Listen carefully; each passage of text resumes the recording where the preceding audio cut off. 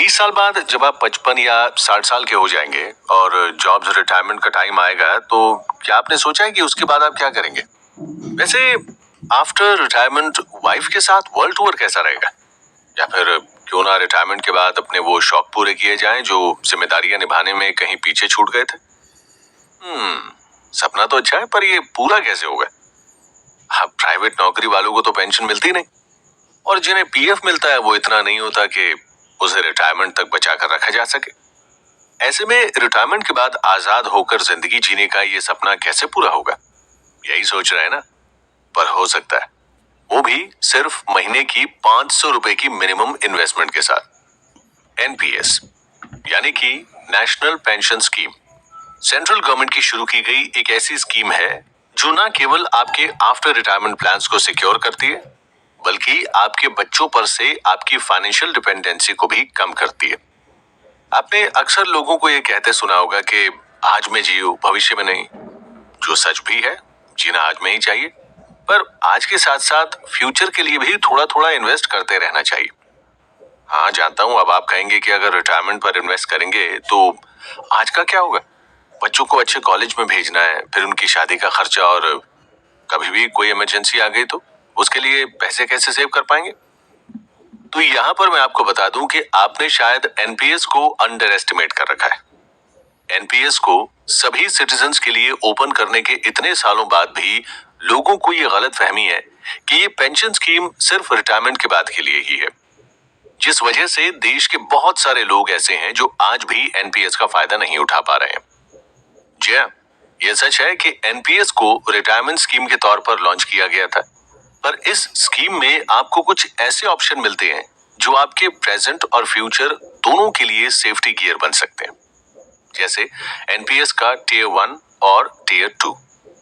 अब टियर 1 तो normal pension scheme की तरह काम करता है, जहां आपको 60 साल तक हर साल पैसे भरने पड़ते हैं, और अब एक लिमिटेड पीरियड के बाद ही इस अकाउंट से पैसे विड्रॉ कर सकते हैं।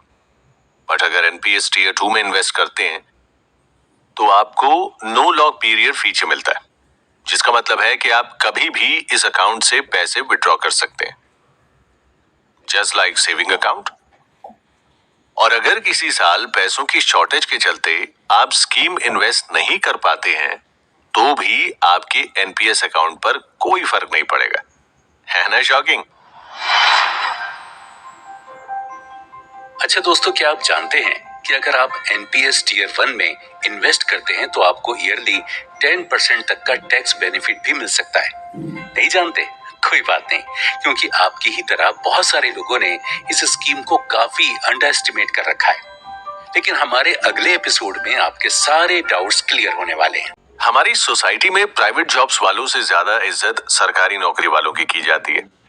यहाँ तक कि जब शादी करने के लिए रिश्ते देखना होता है, तब भी माँ बाप अपनी बेटी के लिए सरकारी नौकरी वाला लड़का ही ढूंढते हैं। अब ऐसा तो नहीं है ना कि सरकारी नौकरी करने वाले सभी कर्मचारियों को बहुत सैलरी मिलती है, बल्कि असल में तो प्राइवेट जॉब में लोग सरकारी नौकरी से ज्यादा प्रमोशन हासिल कर लेते हैं और उनकी ग्रोथ भी ज्यादा होती है। लेकिन फिर भी सरकारी नौकरी को लेकर लोगों के इस ऑब्सेशन के पीछे सबसे बड़ा कारण है जॉब सिक्योरिटी और पेंशन। अभी हाल ही में आए ग्लोबल रिसेशन का ही उदाहरण लें तो इस दौरान कई गूगल, अमेजॉन जैसी कई इंटरनेशनल कंपनियों ने अपने कर्मचारियों को निकाला, जिसका मतलब है कि आप भले ही प्राइवेट जॉब की दुनिया की सबसे बड़ी कंपनी में काम क्यों ना कर रहे हो, लेकिन जॉब हमेशा रहेगी इसकी कोई गारंटी नहीं है। अब जब तक आप यंग हैं तब तक ये बातें उन्हें इफेक्ट नहीं करती, क्योंकि अगर एक कंपनी में नहीं बन पाती तो हम दूसरी कंपनी में जॉब ढूंढने लगते हैं और जहां अच्छी सैलरी मिलती है वहां चले जाते हैं। लेकिन असल परेशानी तब आती है जब आपको किसी जरूरी काम के लिए, जैसे शादी, बच्चों की एडमिशन या फिर किसी इमरजेंसी के लिए पैसे चाहिए होते हैं, और उस समय सिर्फ सैलरी से खर्चों को निपटाना मुश्किल होता है।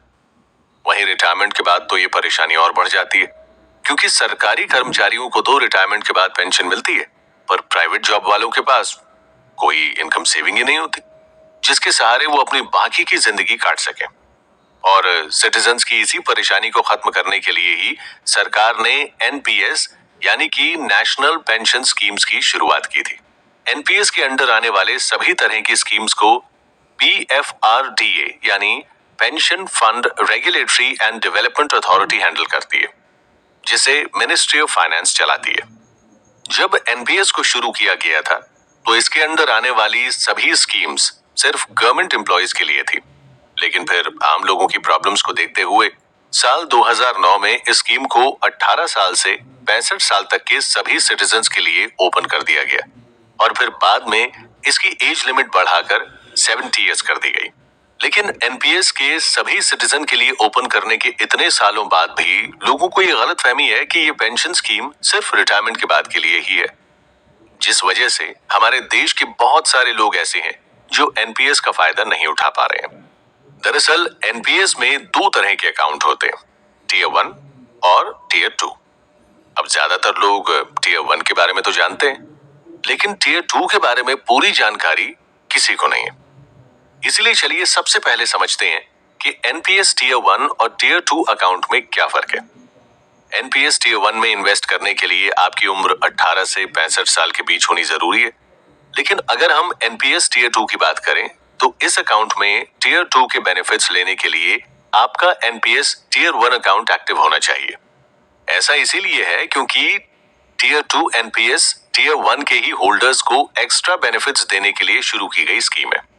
वहीं टीयर 1 की मिनिमम इन्वेस्ट 500 से शुरू है, यानी कि अगर आप अपने एनपीएस टीयर 1 अकाउंट में सिर्फ 500 रुपए भी जमा करते हैं तो आप आराम से रिटायरमेंट के बाद पेंशन पा सकते हैं। पर हाँ, अगर आप टीयर 2 में इन्वेस्ट करना चाहते हैं तो इसके लिए आपको कम से कम 1000 रुपए इस स्कीम में इन्वेस्ट करने होंगे। पर इसके साथ जो आपको सबसे बड़ा बेनिफिट मिलेगा वो ये है कि इसमें कोई भी लॉक पीरियड नहीं है, जिसका मतलब है कि आप कभी भी अपनी इस इन्वेस्टमेंट का इस्तेमाल कर सकते हो, ठीक सेविंग अकाउंट या फिर एसआईपी यानी कि सिस्टमैटिक इन्वेस्टमेंट प्लान की तरह। जबकि एनपीएस टीयर 1 लॉक पीरियड के साथ आता है, जिसे 60 साल की मैच्योरिटी डेट से पहले तोड़ा नहीं जा सकता। हाँ, कुछ स्पेशल केसेस में 1 या 2 बार विड्रॉल की इजाजत है। पर एनपीएस टीयर 1 में आपको वो फ्रीडम नहीं मिलती जो एनपीएस टीयर 2 में मिलती है। एनपीएस टीयर 1 के फंड स्पेशली रिटायरमेंट के बाद मिलने वाले फाइनेंशियल बेनिफिट्स को ध्यान में रखते हुए शुरू किए गए थे। किसी देश के किसी नागरिक को बुढ़ापे में फाइनेंशियल प्रॉब्लम्स का सामना ना करना पड़े और उनके महीने के खर्चे और दवाइयों का खर्चा निकाला जा सके। पर एनपीएस टीयर 2 को शुरू करने के पीछे रीजन था लोगों की लाइफ में आने वाली समस्याओं को सुलझाना, जो पैसों की कमी की वजह से कई बार बहुत बड़ी मुसीबत बन जाती है, जैसे लोन चुकाना, बच्चों के एडमिशन की फीस, शादी का खर्चा जैसे काम, जहां पर अचानक बहुत सारे पैसों की जरूरत पड़ती है और इन खर्चों को कोई भी सिटीजन केवल अपनी सैलरी से चुका नहीं सकता। पर एनपीएस टीयर 2 में इन्वेस्ट करने से न केवल रिटायरमेंट सिक्योर होता है, बल्कि इमरजेंसी के समय भी फाइनेंशियल प्रॉब्लम फेस नहीं करनी पड़ती। दोस्तों, अब आप सोच रहे होंगे कि एनपीएस टीयर 1 और एनपीएस टीयर 2 के बीच का फर्क तो समझ आ गया, पर क्या इसे हर कोई ओपन कर सकता है? इसका एलिजिबिलिटी क्राइटेरिया क्या है और इसे कैसे ओपन किया जाए? आपके इन सभी सवालों का जवाब भी देंगे, पर हमारे अगले एपिसोड में। गवर्नमेंट सिटीजन्स के बेनिफिट्स के लिए कई अलग अलग तरह की स्कीम्स चलाई जाती हैं, लेकिन कई बार लोग इन स्कीम्स का फायदा इसीलिए नहीं उठा पाते क्योंकि उन्हें इनके बारे में पता ही नहीं होता। पर कई बार ऐसा भी देखा गया है कि लोग इस तरह की स्कीम में इसीलिए भी इंटरेस्ट नहीं लेते क्योंकि उन्हें लगता है कि इन सरकारी योजनाओं में उन्हें सरकारी दफ्तरों के धक्के खाने पड़ेंगे, डॉक्यूमेंट्स की वजह से इधर उधर भागना पड़ेगा। पर पहले तो ऐसा होता भी था, लेकिन अब वक्त बदल चुका है। इंटरनेट रेवोल्यूशन के बाद अब भारत में सब कुछ ऑनलाइन हो गया और अगर आप एनपीएस की किसी स्कीम में इन्वेस्ट करने की सोच रहे हैं तो इसके लिए भी आपको कहीं जाने की कोई जरूरत नहीं है, क्योंकि आप अपना एनपीएस अकाउंट घर बैठे बैठे भी ऑनलाइन ओपन कर सकते हैं और इसे करना बहुत ही आसान है। अकाउंट ओपन करने के लिए आपको सबसे पहले एनपीएस की वेबसाइट www.enps.nsdl.com पर जाना है और वहां रजिस्ट्रेशन पर क्लिक करके न्यू रजिस्ट्रेशन के ऑप्शन पर क्लिक करना है। रजिस्ट्रेशन करने के लिए सबसे पहले आपके आधार कार्ड की जरूरत होगी, इसीलिए आपके पास आधार कार्ड होना जरूरी है। साथ ही आपके पास आधार कार्ड में रजिस्टर्ड मोबाइल नंबर भी होना जरूरी है। आधार नंबर डालने के बाद आपके रजिस्टर्ड मोबाइल नंबर पर एक ओटीपी नंबर आएगा, जिसे आपको एनपीएस की केवाईसी के लिए वहां डालना होगा। ओटीपी डालते ही आपके आधार कार्ड की सारी डिटेल फॉर्म्स पर आपको नजर आ जाएंगी। इसके बाद आपको बाकी जानकारी फॉर्म पर फिल करनी है। इस बात का ध्यान रहे कि सारी डिटेल्स आपके डॉक्यूमेंट से मैच करती हो, वरना फॉर्म रिजेक्ट भी हो सकता है। ऑनलाइन रजिस्ट्रेशन प्रोसेस और वेरिफिकेशन के लिए फॉर्म पर पासपोर्ट साइज फोटो की भी जरूरत पड़ेगी, जिसका साइज 4 KB से 12 KB के बीच होना चाहिए और फोटो JPEG फॉर्मेट में ही अपलोड करें। फर्स्ट पार्ट कंप्लीट करने के बाद अब फॉर्म के सेकंड पर आते हैं। इस पार्ट में फिल करने के लिए आपको बैंक डिटेल्स और पैन कार्ड की जरूरत पड़ेगी, इसलिए आपके पास पैन कार्ड होना बहुत जरूरी है।